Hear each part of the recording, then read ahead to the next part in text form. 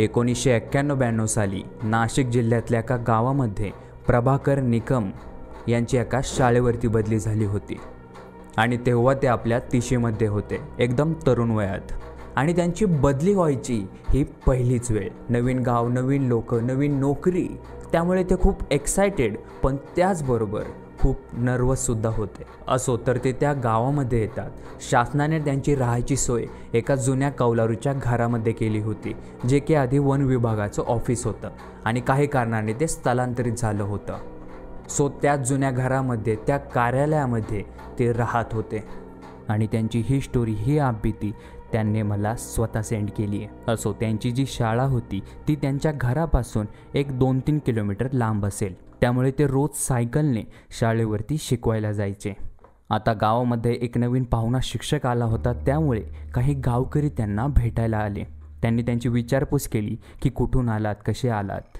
सगळी विचारपूस, पाहुणचार झाल्यानंतर ते सर्वजण आपापल्या घराकडे जायला निघाले. पण जाताना त्या गावकऱ्यांमधला एक गावकरी, ज्याचं नाव पांडुरंग, त्याने सांगितलं की प्रभाकर गुरुजी, तुम्ही ज्या रस्त्याने शाळेकडे जाताय त्या रस्त्याने जाऊ नका. त्यावर प्रभाकर गुरुजी बोलतात, का बरं असं? तोच तर एकमेव रस्ता आहे शाळेमध्ये लवकर पोहोचायचा. त्यावर पांडुरंग सांगतो की हो, तुम्ही ज्या रस्त्याने जाताय तो लवकर पोहोचवतो, पण आणखी एक दुसरी वाट आहे, तुम्ही त्या रस्त्याने जा, या रस्त्याने नको. त्यावर गुरुजी पुन्हा त्याला हेच विचारतात, पण कारण काय असं करण्याचं? त्यावर तो पांडुरंग एक नजर टाकून बाकी गावकऱ्यांकडे बघतो आणि प्रश्न विचारतो, तुम्ही ज्या रस्त्याने जाताय तिथे तुम्हाला तुमच्याशिवाय कोणी येताना जाताना दिसलं का? त्यावर प्रभाकर गुरुजी आता आठवायला लागतात, पण त्यांना काहीच आठवत नव्हतं, कारण त्यांनी कधीच कोणालाही त्या रस्त्याने येताना जाताना पाहिलं नव्हतं. ते पांडुरंगला विचार करून बोलतात की नाही आठवत. त्यावर पांडुरंग बोलतो, आठवणारही नाही, कारण गावातला कोणीही माणूस, बाई, लहान मुलगासुद्धा त्या रस्त्याने जात नाही, कारण त्या रस्त्यामध्ये तिचं घर आहे. प्रभाकरांना कळतच नाही की पांडुरंग नक्की बोलतोय काय. ते विचारतात, तिचं घर आहे म्हणजे नक्की कोणाबद्दल बोलताय आणि कोणाचं घर आहे तिथे? गुरुजी जसा हा प्रश्न पांडुरंगला करतात, त्याच्या चेहऱ्यावरचे भावच बदलले. त्याच्या चेहऱ्यावरती आता थरकाप उडाल्याचे भाव येऊ लागले आणि आता पांडुरंग गुरुजींना उत्तर देतो, तुमचा यावरती विश्वास बसतो का नाही काय माहिती, पण आत्ता मी जे तुम्हाला सांगणार आहे ते तुम्ही सगळं नीट लक्ष देऊन ऐका. आणि पांडुरंग पुढे सांगतो की तुम्ही ज्या रस्त्यावरून जाताय, ज्या वाटेवरून जाताय, त्या वाटेला एक मोठं चिंचेचं झाड लागतं आणि त्याच चिंचेच्या झाडाखाली एक कौलारूचं घर आहे. आणि आता गुरुजींना लगेच ते झाड आणि ते घर आठवतं. त्यांचंही बऱ्याचदा त्या घराकडे लक्ष गेलं होतं, पण त्या घराला नेहमी कुलूप लावलेलं असायचं आणि त्यावरनंच त्यांनी असा अंदाज बांधला होता की या घरामध्ये कोणी राहत नसेल. पुढे गुरुजी पांडुरंगला बोलतात, हो आहे तिथे एक घर, पण त्याचं काय? यावर पांडुरंग पुढे बोलतो की त्या चिंचेखालच्या घरामध्ये दामिनी राहते. गुरुजी बोलतात, दामिनी? कोण दामिनी? आणि ती राहते तर मला काय त्याचं? यावर पांडुरंग एक खूप मोठा श्वास घेऊन बोलतो, दामिनी ही काही जिवंत व्यक्ती नाही आहे, तिथे दामिनीचं भूत राहतं आणि त्या रस्त्याने जाणाऱ्या येणाऱ्या लोकांना ती हाका मारते आणि जी लोक तिच्या हाकेला भुलतात ती स्वतःच्या जीवाला मुकतात. जसं प्रभाकर गुरुजी हे ऐकतात तसं ते हसायला लागतात आणि त्या गावकऱ्यांना बोलतात की काही कसं बोलता तुम्ही, आजच्या काळातही तुम्ही अशा गोष्टींवर विश्वास ठेवता, याचीच मला लाज वाटते. माझा या गोष्टींवर जराही विश्वास नाही, या सगळ्या फक्त अंधश्रद्धा आहे आणि मी जे पुस्तकं वाचून जो अभ्यास करून शिक्षक झालो आहे त्या पुस्तकांनासुद्धा हे मान्य नाही. त्यावर पांडुरंग बोलतो की आता हा ज्याचा त्याचा प्रश्न, विश्वास ठेवायचा आहे का नाही, पण आम्ही आपलं तुम्हाला थोडंसं सावध करायचं ठरवलं, कारण तुम्ही या गावात नवीन आहात आणि तुम्हाला या गावाच्या गोष्टी माहिती नाही आहेत. गुरुजी त्या सगळ्यांना हात जोडून नमस्कार करून आता तुम्ही या असं बोलून बाहेर पाठवतात. त्यावर ते सगळेजण आता जायला निघतात, पण जाताना पुन्हा पांडुरंग बोलतो, गुरुजी सावध राहा. यावर प्रभाकर गुरुजी काहीच बोलत नाही, त्याला ते फक्त नमस्कार करतात.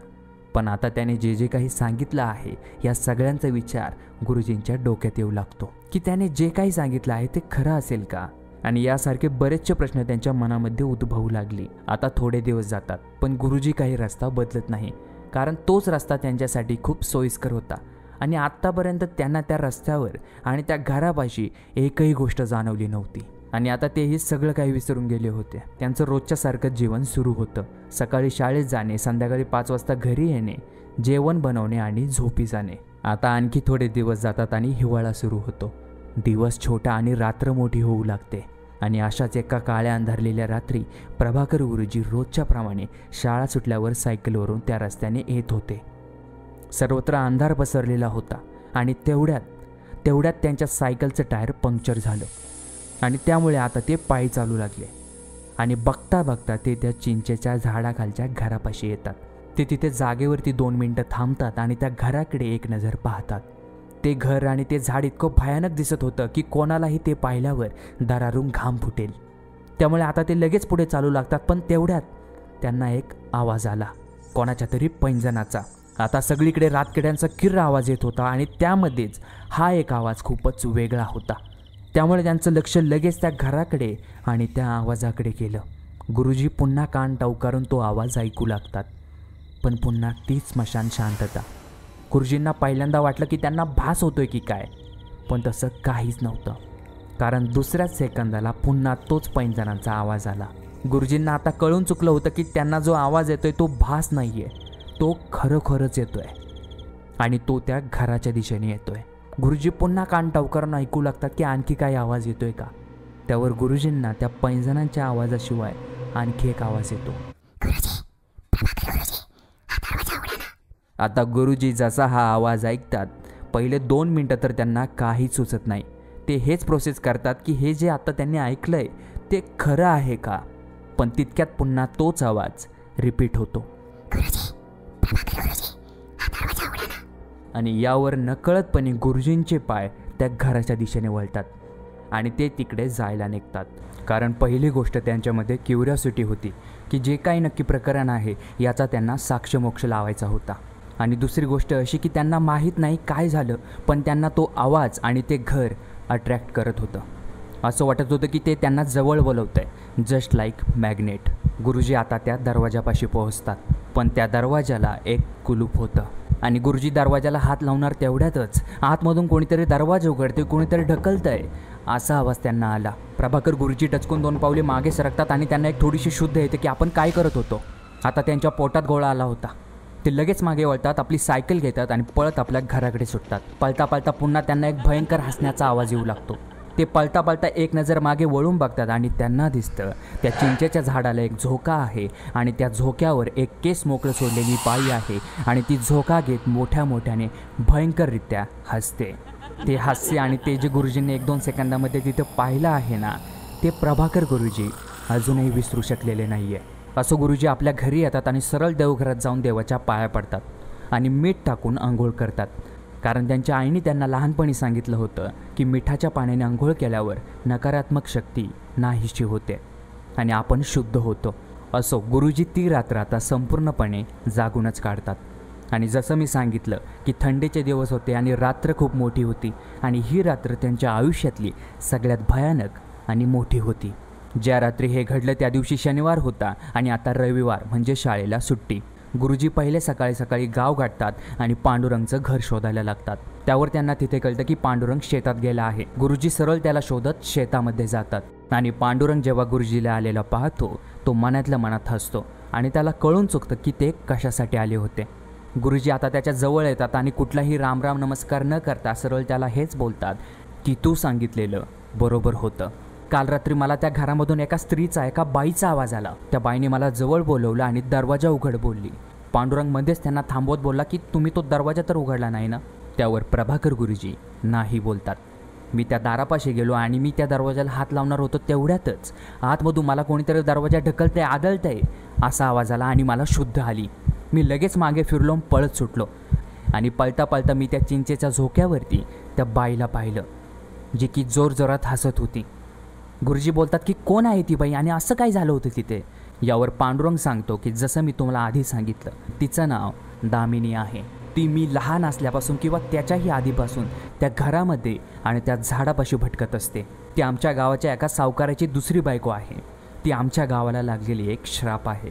त्याला पहिली बायको असतानाही त्याने हिला फसवून दुसरं लग्न केलं आणि त्याने हिला इथे घर बांधून दिलं आणि तो दर 7-8 दिवसांनी हिला भेटायला यायचा आणि हळूहळू त्यांच्यामध्ये भांडणं होऊ लागली दामिनीला त्या सावकाराच्या पहिल्या बायकोबद्दल कळालं आणि हाच धक्का तिला सहन नाही झाला. त्यामुळे दामिनीचं मानसिक संतुलन बिघडलं आणि ती आणखीनच वेड्यावाणी करू लागली. आणि यामुळे सावकार तिला या घरामध्ये बंद करायचा आणि बाहेरून कुलूप लावून निघून जायचा. आणि ती दरवाजाच्या आतमधून जाणाऱ्या येणाऱ्या लोकांना अर्जवी करायची, विनवणी करायची की हा दरवाजा उघडा. पण त्या काळी त्या सावकाराचं या गावामध्ये एवढं वर्चस्व होतं की त्याच्या विरोधात त्याच्या वाटेला कोणीही जात नव्हतं. त्यामुळे कोणीही तिच्या मदतीसाठी आलं नाही. ती लोक तिला बघायची आणि पुढे निघून जायचे, पण ती लोकांना हाका मारतच राहायची. आणि अशातच एका शनिवारी रात्री अमावस्येला तिने त्या घरामध्ये साडीला लटकून फाशी घेतली आणि आत्महत्या केली. मग ही गोष्ट त्या सावकाराला कळते आणि मग तो इथे येतो आणि हिच्या बॉडीची विल्हेवाट लावण्यासाठी तो शेजारच्या चिंचेच्या झाडाखाली एक मोठा खड्डा खोदतो आणि तिला तिथे गाडून टाकतो. आता गावातलं तर त्या काळी कोणी त्या सावकाराविरोधात बोलणारं नव्हतं, त्यामुळे त्या काळी हे प्रकरण त्या दामिनीसोबतच गाडून गेलं. पण खरा सावल्यांचा खेळ नंतर सुरू होतो, जेव्हा दर अमावस्याला त्या घरातून इथून जाणाऱ्या येणाऱ्या लोकांना तिच्या हाकामारीचा आवाज येऊ लागला आणि तिच्या याच त्रासाला कंटाळून त्या लोकांनी तिथून येणं जाणं बंद केलं. आणि आता या गोष्टीला जवळजवळ 40-50 वर्ष झाली असतील. आणि हीच गोष्ट आमच्या गावामध्ये आम्ही पिढ्यानपिढ्या लहानपणापासून ऐकत आलो आहे. आणि तुमच्या आधीचा जो शिक्षक होता त्यालाही मी हेच सांगितलं होतं, तो रस्ता जरी जवळचा असला तरी तेथून जाऊ नका. पण त्यानेही तुमच्यासारखं माझं ऐकलं नाही आणि त्यालाही तुमच्यासारखाच अनुभव आला आणि त्याने लगेच बदली करून घेतली. आता प्रभाकर गुरुजी ब्लँक होतात. ते त्याला बोलतात की आता मी तिथून चुकूनही जाणार नाही, दुसरीकडून जाणार. यावर पांडुरंग फक्त त्यांच्याकडे बघून स्माईल करतो.